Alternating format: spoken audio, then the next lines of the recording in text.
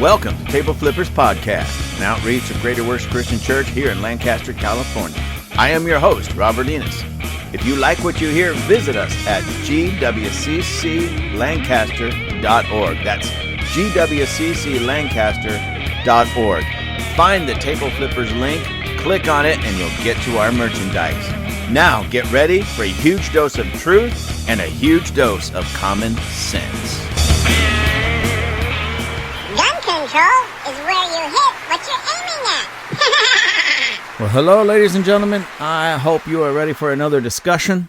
This isn't so much about the news. I mean, it is because there's things happening in our world right now, even as we speak.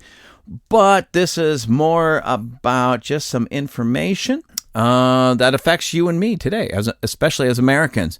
And even those of you who are listening in other countries, this does affect you because and what I'm going to talk about is the Second Amendment to the United States Constitution, the right to keep and bear arms. And a lot of people, even outside of the United States, don't really fully understand the full impact of that. That if they come and take away the guns of the citizens of the United States of America, you can bet that it won't be too long before we have complete and total communist-like control, not only in the United States of America, but coming to a country near you. Yes, ladies and gentlemen, to your home city, town, village, and country, nation. If you're not already there, you soon will be if they are successful in taking away our right to defend ourselves, taking away our guns.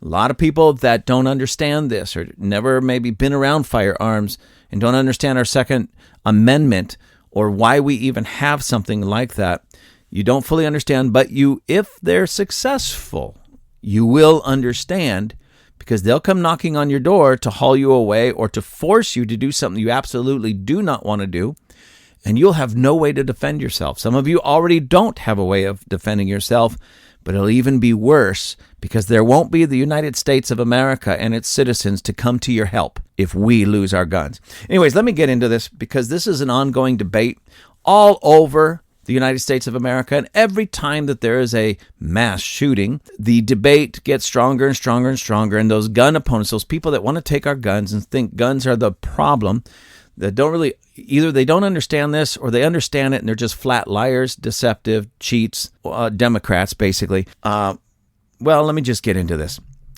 This is from Fox News, and it's entitled, let's see, when did this come out? This came out, there's no date on this. Oh, there it is, April 20th.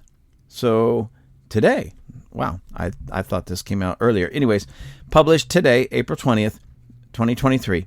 The title says, Washington governor poised to sign massive assault weapons ban says it will save lives. Bill will ban the sale and manufacture of dozens of semi-automatic rifles in Washington. And this is Washington State, not Washington, D.C. This article is by Hannah Ray Lambert of Fox News. And again, it was published today, earlier today. It says the governor of Washington is expected to sign an assault weapons ban into law, immediately barring residents from purchasing a host of semi-automatic rifles. Washington does not and will not accept gun violence as normal, Democratic Governor Jay Inslee tweeted Wednesday after lawmakers passed House Bill 1240. The bill bans the sale, manufacture, and importation of so-called assault weapons, primarily semi-automatic rifles, with exceptions for law enforcement and the military. It passed the Senate earlier this month and returned to the House, where lawmakers passed it by a vote of 56 to 42. Gun control proponents have long struggled to define assault weapons, but HB 1240 bans more than 60 specific firearms, most of them semi-automatic long guns such as AR-15s and AK-47s. Semi-automatic pistols and shotguns with certain features outlined in the bill may also be banned, but the specific guns are not listed. The ban will take effect immediately after Inslee signs it. Assault weapons are civilian versions of weapons created for the military and are designed to kill humans quickly and efficiently, the bill states.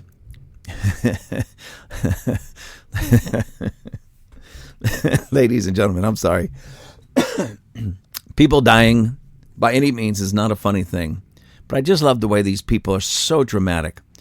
I don't think they find politicians that are actually qualified, like that actually been to school, maybe law school or political science school or any of those things, or they just work in a real world job where they have to deal with actual human beings.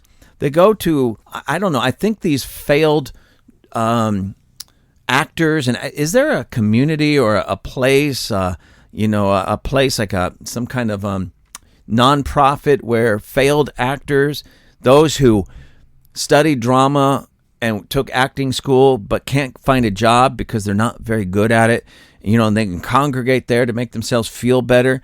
I think that's where most of our politicians are being found, because this is so dramatic. Listen to this.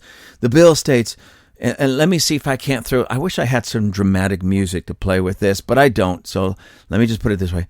Assault weapon bans are civilian versions of weapons created for the military and are designed to kill humans quickly and efficiently. Now, when they're talking about ARs, AR-15s, AR-16s, whatever, that shoot that fire what's called a 5.56 round, all right?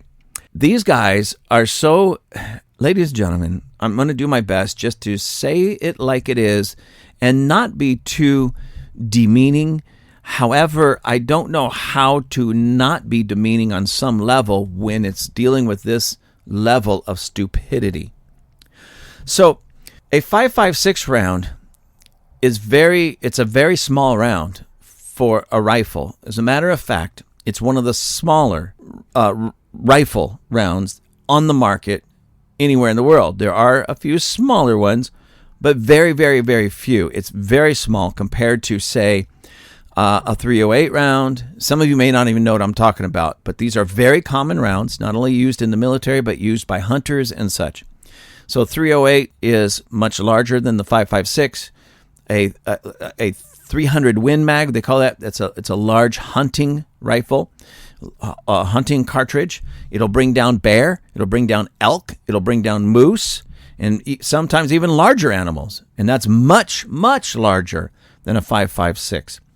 So when they say it's designed to kill humans quickly and efficiently, well, I guess in a way it can, but even your much smaller rounds can do that. But there's much, much, much larger rounds that can actually do a better job than the 5.56 round that's in the AR-15. I only point this out because, again, of their foolishness, their stupidity, and they pull on the heartstrings of the common, average, everyday American that doesn't understand these things. But I do want to ask you to do something. This is not a challenge. I'm just going to ask you to do this. This is for you. And maybe I'll try to find some and put the links up. But nonetheless, you can Google this. Google, you can put like rifle cartridge rounds comparison, just something like that. And pictures will actually come up. Pictures will come up where they have side-by-side comparisons of, like, say, your .22 long rifle, which is very small. Then your, maybe some handgun, like a 9mm, 45, a 40, something of that nature. And they have rifle rounds such as the 5.56, the .308, and then it goes up from there all the way probably to, like, say, a 50 caliber, which is in our sniper rifles that the military uses, long distance, hard hitting sniper rifles.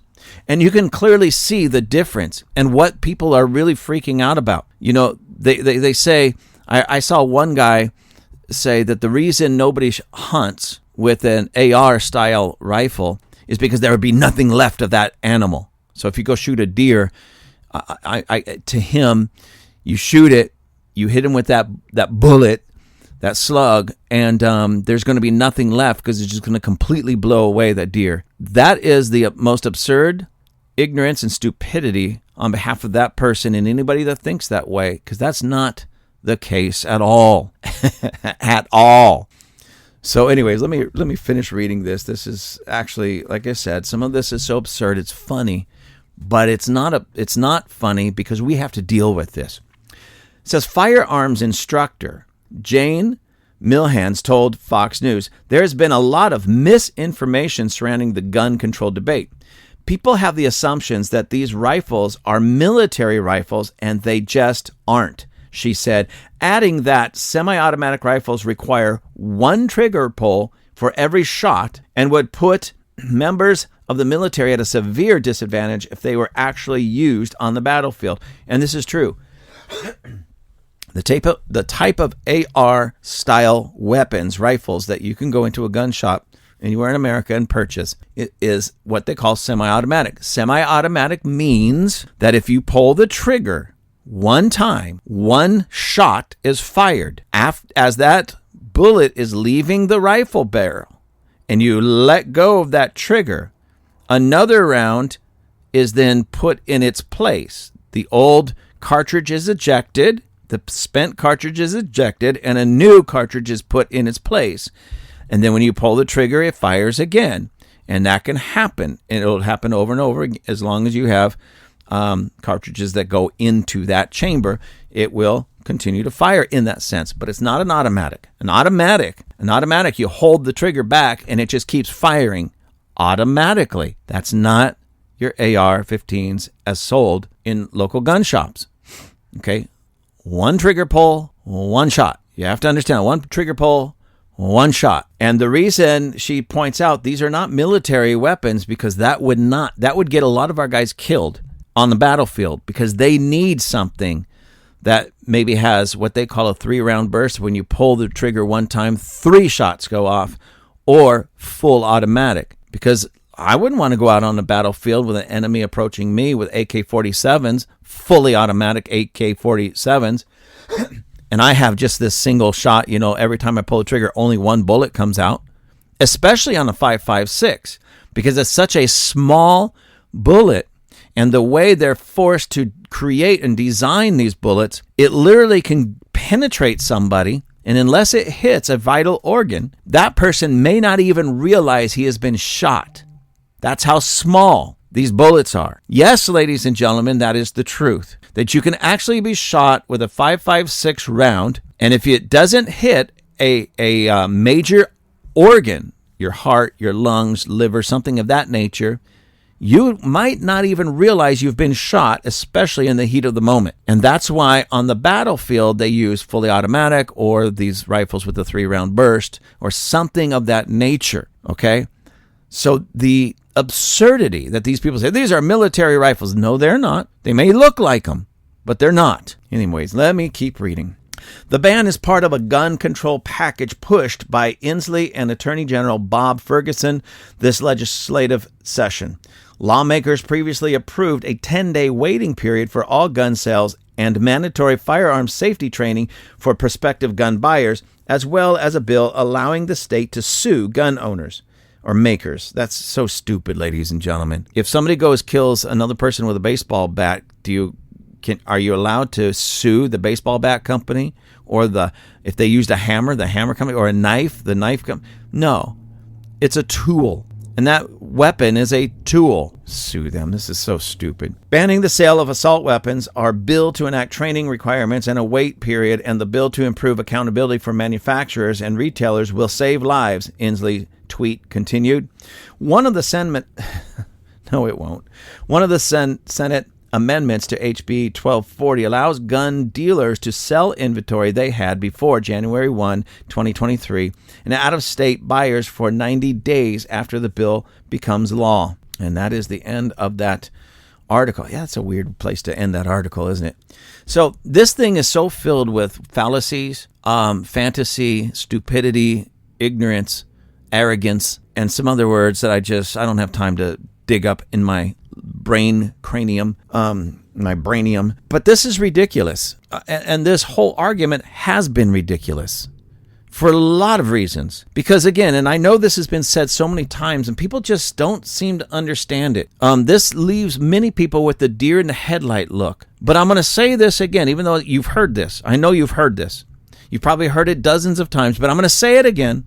I'm going to take a chance of just sounding like, if you guys remember the old Charlie Brown cartoons, anytime an adult talked, it sounded like, wah, wah, wah, wah, wah, wah, wah, wah, wah. So I hope you put on your ears, your translator ears, like Star Trek or whatever they have, the translator ears, because I'm about to want you with some truth. Okay? But if you put a ban on weapons, whether it be assault rifles, any weapon, it doesn't matter, okay? Any weapon, especially the types of weapons that are best used to defend yourselves from people that would seek your harm. That's what the ARs are for, primarily. Then only criminals will have guns, because criminals do not follow your laws. And if you think, well, we'll just ban the sale of guns everywhere in America so that even criminals can't get them. They are criminals, and the criminal will always find a way to get guns. Ladies and gentlemen, they'll just simply find a way. And here's the sad thing. Listen to this, ladies and gentlemen, and put two and two together. Who is fighting to take away your right to own a firearm? Democrats.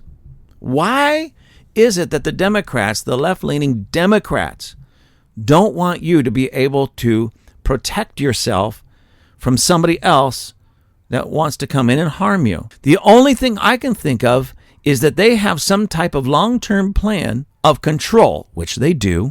We know that. That's well documented, well understood. They want to control your life. They don't want you to have the ability to fight back. They don't care about the criminal. They don't care about somebody breaking into your house. They don't care about the rapist. They don't care about the murderers. They don't care about the child abusers, because they're even getting soft on crime against them and letting them out of prison. So, which gives us even more of a need to own a firearm to protect ourselves and our families. But now they want to take away. So they want to put criminals on the street and at the same time take away your ability to protect yourselves against those criminals that they put out on the street. And they don't care about any of that, because what is their ultimate goal? Control.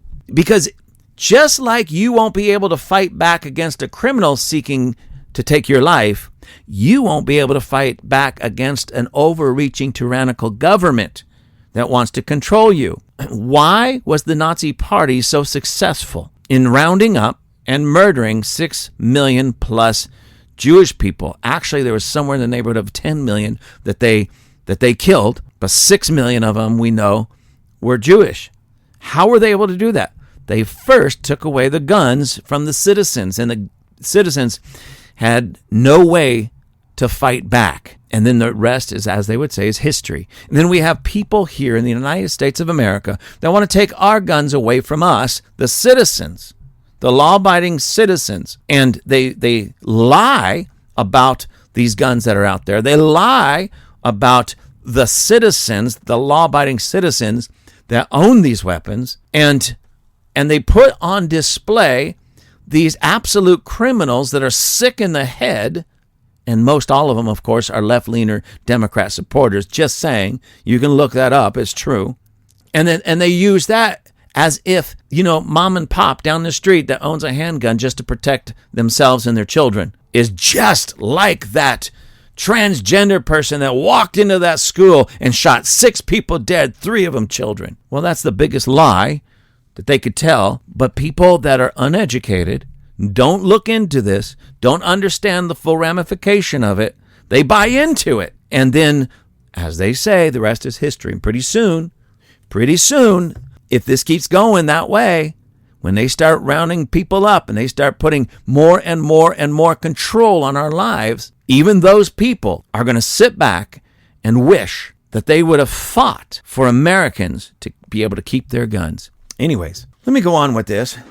Even though that article is over, I do want to read this, because check this out. This is all about the Second Amendment to our Constitution. Let me read what the Second Amendment says. It says, a well-regulated militia being necessary to the security of a free state, the right of the people to keep and bear arms shall not be infringed. So, the reason why the Constitution, the Second Amendment, is there is to tell people, listen, you have the right to keep and bear arms. You have the right to not only own them, but you have the right to carry them, and you have the right to use them when you need to. And it says, shall not be infringed. In other words, there is nothing that the government is supposed to do to take away or diminish our right and ability to own and carry a firearm. I can't even believe that I'm explaining this, but there's so many people still here in the United States of America that do not understand this. A lot of people get hung up on this word militia, a well-regulated militia, And a lot of people say, see, we can put regulations on the militia. No, a well-regulated militia isn't regulation of gun control, because it follows up the right of the people to keep and bear arms shall not be infringed. What is a well-regulated militia? Well, you have to understand what a militia is. So I went and found online, it says the American Dictionary of the English Language. And what this is the Webster's Dictionary from 1828. Noah Webster is the one who published the Webster's Dictionary, Webster. And his first dictionary was first published in 1806, if I have my history correct. And he expanded on it over 20 some odd years, 22 years it looks like, and then republished it in 1828, just the expanded version. So he just kept adding words to his dictionary and their meaning.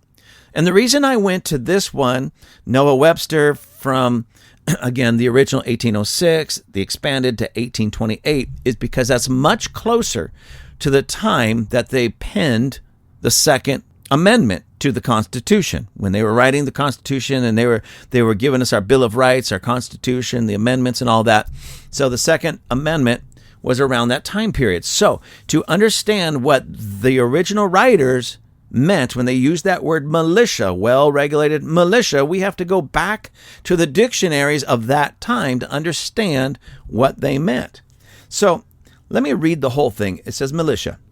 It's a noun. Latin from miles, a soldier.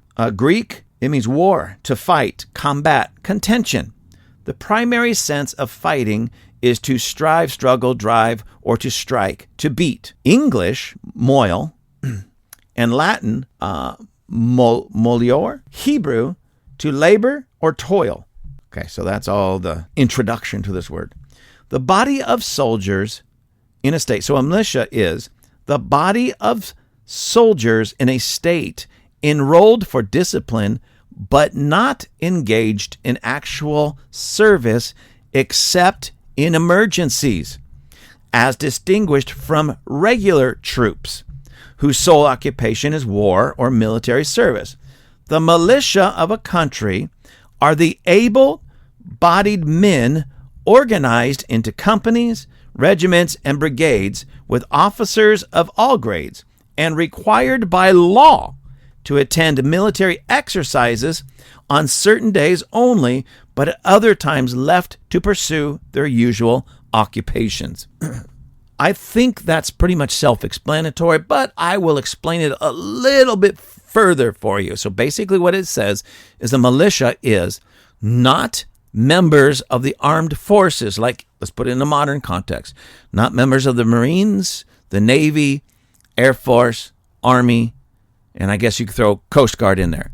But these are citizens. A militia, as used in the Second Amendment to our Constitution, is the embodiment of citizens that are well armed and also trained to fight alongside the military or on home soil if the need arises. It comes back to the mentality in that time when American citizens fought against the Redcoats, the British, in the War of Independence. Many of the groups of people that fought were called militia. I believe the army was called the Continental Army, if I remember correctly my history. But the people that were farmers, ranchers, if you will, maybe they were... some of them, many of them are pastors of churches. You wouldn't know it by looking at the pastors today, but back then they actually had some, I almost use a word that I wouldn't have wanted to use on the air, but they weren't cowards back then. I'll just say it that way. These were your average, everyday, ordinary people, the type of people that went to church on Sundays, paid their taxes, worked Monday through Saturday, raised their family, got married, had children, said grace around the dinner table in the evening, your normal, average, everyday people. And they understood that they were part of a militia, the group of citizens trained to defend this country, defend their families, defend their businesses, defend their freedoms. And in that sense, from that time period, from a tyrannical government, at that time the British government, and their forces, the Redcoats. So what is a militia? A group of citizens well armed and able to fight against a tyrannical government and their forces. Okay, so you have to understand this.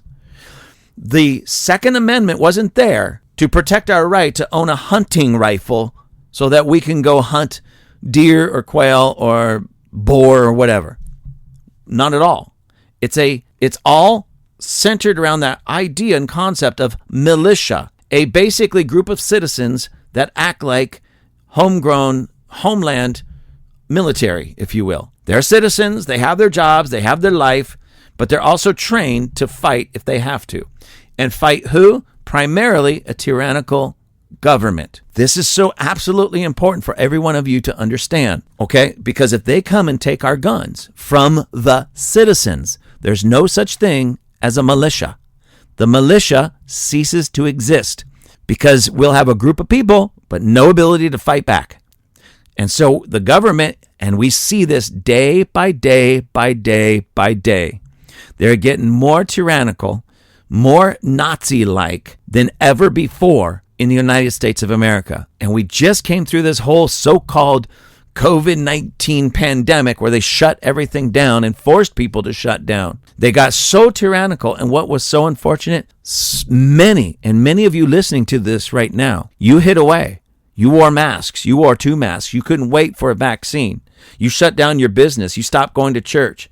You kept your kids out of school. All of these things because somebody in government told you to do that.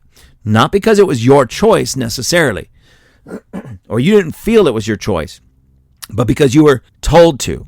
So they took great measures to get even more control over your lives, and many Americans just fell for it and went right along with it. My concern is that the same Americans that were so quick to shut everything down because Fauci, representing our government, said to, going to be the same people that just hand over their guns. Well, they're telling me to. And I'm concerned that what happened in Nazi Germany is going to happen here in the United States. Well, I'm concerned because it already is happening. We're in the beginning stages of that. And unfortunately, too many of you Americans are giving into it. You're kissing up to the Nazis and not standing up to them and saying, nope, not going to do it. So anyways, let me get back. I have one more quick article to read to you.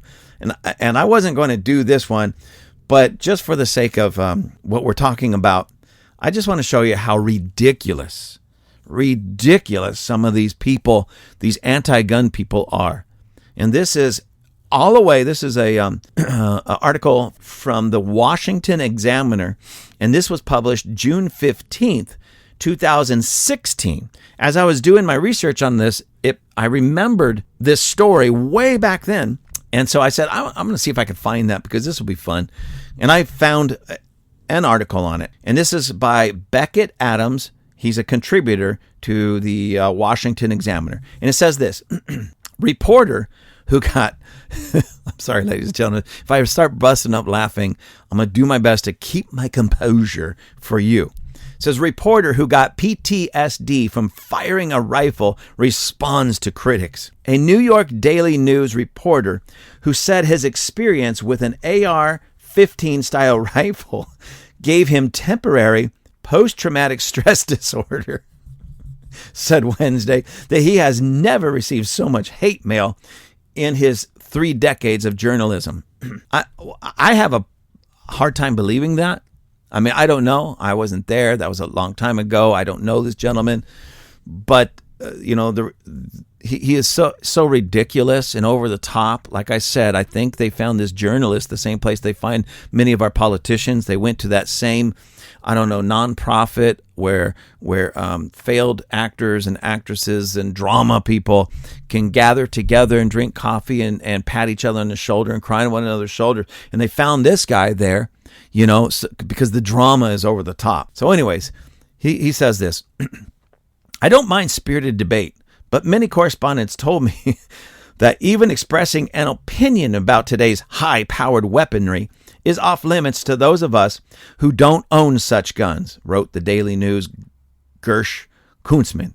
He claimed he received emails calling him a liar and challenging his masculinity. Honestly, in 2016 when I first heard this, I thought the same thing. I didn't bother writing him or anything like that because apparently he's a very sensitive person, very soft and very sensitive. And I didn't want to say or do anything that, make him cry. I don't like to see grown, I almost said men, but grown males cry. I don't know what to do with that. But anyways, let's go on. He says, yes, this weapon scared the crap out of me, he added, arguing that the AR-15 is a weapon of mass destruction that should be available only to law enforcement and military personnel. Kuntzman said in an article published Tuesday that his first experience with a semi-automatic rifle left him horrified.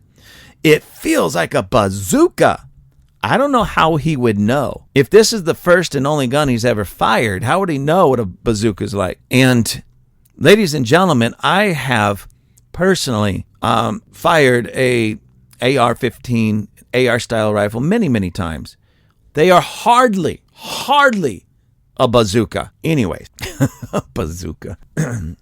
Kuntzman said in the article, his first experience semi-automatic left him horrified. It feels like a bazooka and sounds like a cannon.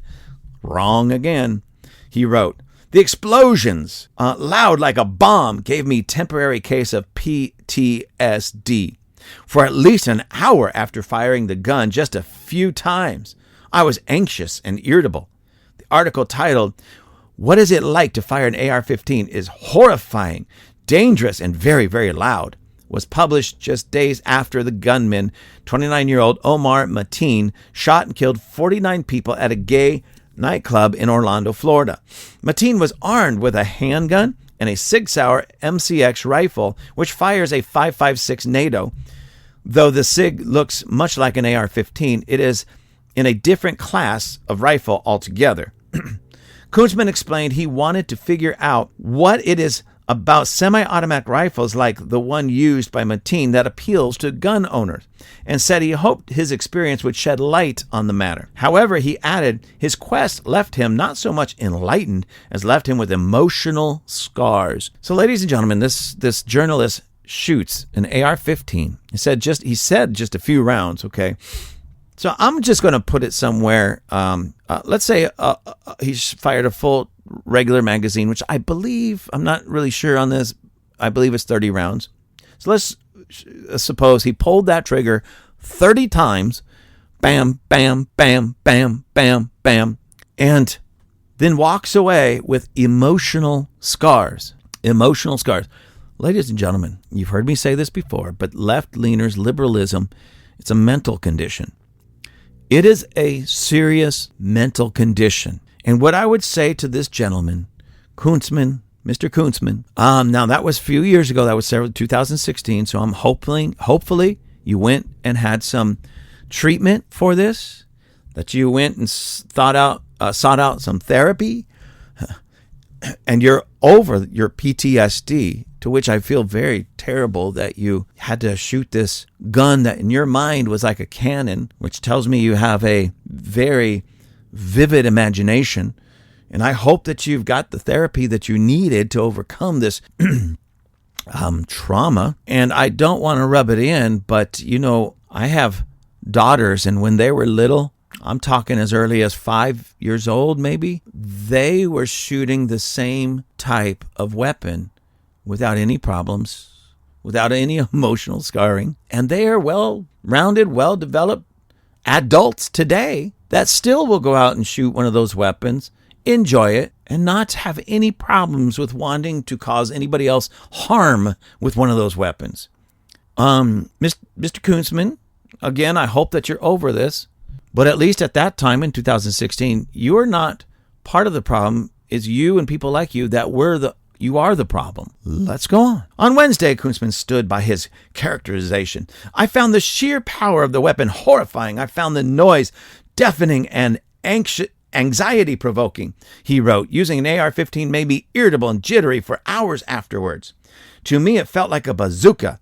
If masculinity is defined by the power to commit violence on a wide scale, I proudly choose femininity. Well, you did. But I wouldn't even say you did. Because, again, my daughters, who are very feminine, when you look at my daughter, you don't have to wonder or guess, is that a boy or a girl? No, not at all. Girls, all the way. And they fired these types of weapons. And they didn't lose their femininity. And they weren't traumatized by it. So, sir, again, I hope you're over it. But if not, you desperately need help. He continued, we need more real men in power taking on bullies like the NRA, which seeks to bolster the Second Amendment by shutting down opponents' right to the First. No, I don't think so. He's characterized the NRA in a false manner. Anyways, let's go on.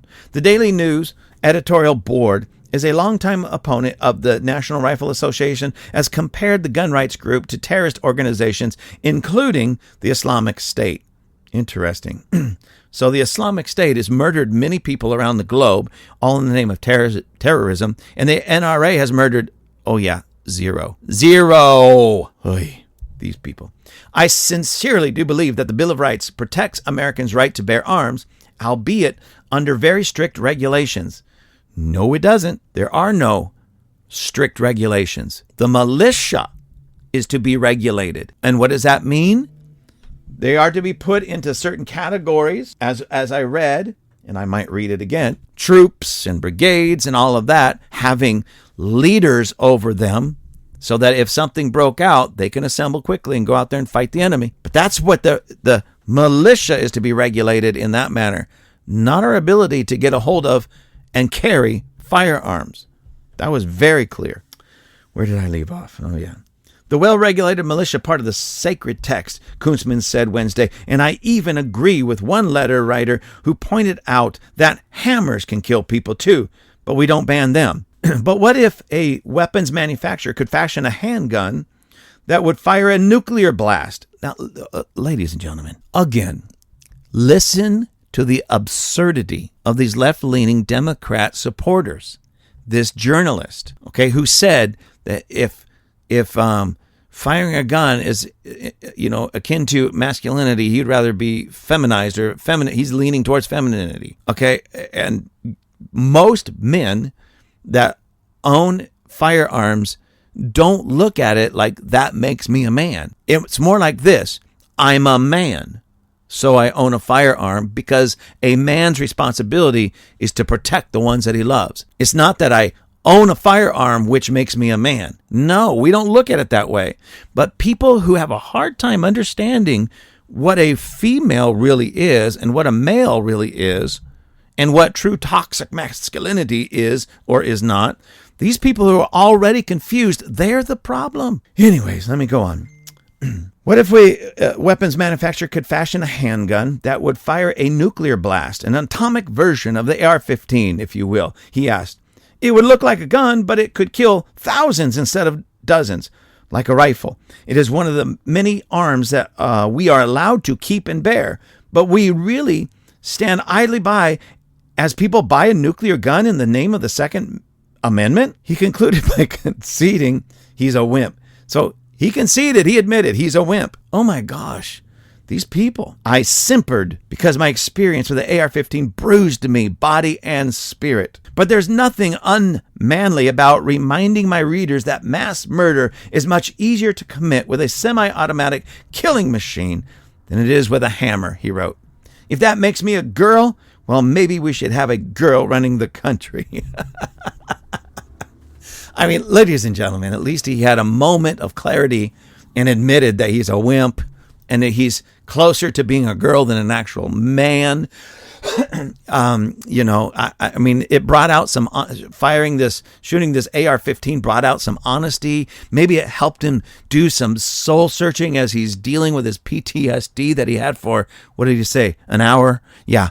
So he did some soul searching, and he looked into his soul, and he found not masculine things, but feminine things. It was all painted in pink and frills on the inside. And at least he came to that acknowledgement, because the first step to getting free from a problem is admitting that you have a problem. But I mean, see the absurdity of this? Do you understand the absurdity of this? What if a gun manufacturer can make a pistol that can shoot an atomic blast? Hey, under the Second Amendment, we're still allowed to have those, which, by the way, ladies and gentlemen, doesn't sound too bad. I mean, that sounds like something awesome. But let me explain something to you. We're not there. That is not even on the table. It's not even an issue. That is a what if. That isn't even a viable what if. Okay? We're talking about rifles that look like military rifles, but certainly are not military grade rifles at all. We're talking about rifles that, although they look like military rifles, they are civilian rifles that shoot like civilian rifles, and many civilian rifles have used that same type of action for many, many, many, many decades, and nobody's bothered with them until they started making them to resemble military rifles. So now that they resemble military rifles, it shoots the same round, it shoots the same manner, it shoots the same number of bullets, but because it's black and it's made out of carbon fiber, and it looks, as one person said to me, he showed me a picture of his AR and he had it all decked out. He says, I don't know about you, but that's a sexy rifle. To which I kind of looked over at him out of the corner of my eye and went, huh? I just don't look at rifles in that manner. Some people do, some people don't. Don't get me wrong, it was a cool looking rifle. It was really cool looking, but I wouldn't call it sexy. But whatever. So it's the same type of rifle, same type of action, same type of ammunition that we have had for decades. Decades. All they did is put some things that are on there that are practical. They're very practical. Rails and grips and things of that nature that make it look like a military weapon, but it's not. And now those are under attack because of people like this. What was his name? Kuntzman, who has no idea about these things. I honestly, ladies and gentlemen, and I don't know if you guys know anything about firearms. Some of you do, some of you don't. I would love to take him back to the firing range and say, okay, don't touch that AR-15. Here's a semi-automatic, or it could be a pump, 12-gauge shotgun with a slug in it. If you thought that 5.56 was a bazooka, just wait until you shoot this 12-gauge with the slug. I would love to take him down and show him maybe like a 338 Lapua, it's a sniper rifle, or a 300 Win Mag, which is a long-distance big game hunting rifle, or a 45-70, or something of that nature. Put like a Desert Eagle 50 cal in his hand. It's a handgun, by the way. You know, Arnold Schwarzenegger made it famous in some of his movies. But put that big old gun in his hand and have him pop off a few rounds and see how he felt about that AR-15. He would go running back to the AR-15 like a little baby going back to his rattle. He thinks that thing is a bazooka? I mean, don't get me wrong. It's a great weapon. It's a great gun. I love them. But hardly a bazooka. Hardly a bazooka. Anyways, I wanted to share all that with you because don't buy into the lie that the Democrats are telling. Don't buy into the lie that if they take away your guns, people are not going to be shot and killed because the criminals will still have them, because the criminals are not going to suddenly go, oh, you know what? It's against the law to own this gun. Let's go turn it in. They don't do that. They don't do that. Criminals don't do that. That's what makes them criminals. They don't obey the law. And then here's what's going to happen. So two things are going to happen when they really start changing the law. Number one, they're going to keep people that still want to be law-abiding people from getting these weapons, Okay, number one. Number two, if they take some kind of a collection kind of a thing, either they're going door to door or say, hey, we're going to be down there, turn in your weapons. People that really want to be law-abiding will turn in their weapons, all right? And number three, the criminals, that's why they're criminals. They're not going to do that. They will not do that. They'll be the only ones with the AR-15s, the AK-47s. And it's not just that, but I also know, and we've heard stories of this, and we've seen this in the news, where criminals are busted, and they have fully automatic weapons. Not the AR-15, one bullet for one trigger pull, but one trigger pull, 30 bullets. They have those. So the bad guys are going to be certainly armed much better than the average citizen is. And they already are, because we don't have access to those guns because we're law-abiding. And now, because we've been so good at following the laws, these Democrats want to punish you and I. They want to punish you and I by coming and taking our guns and saying, you can't have this anymore. You cannot have this. And again, let me wrap this up with reading this once again. The Constitution of the United States, Second Amendment.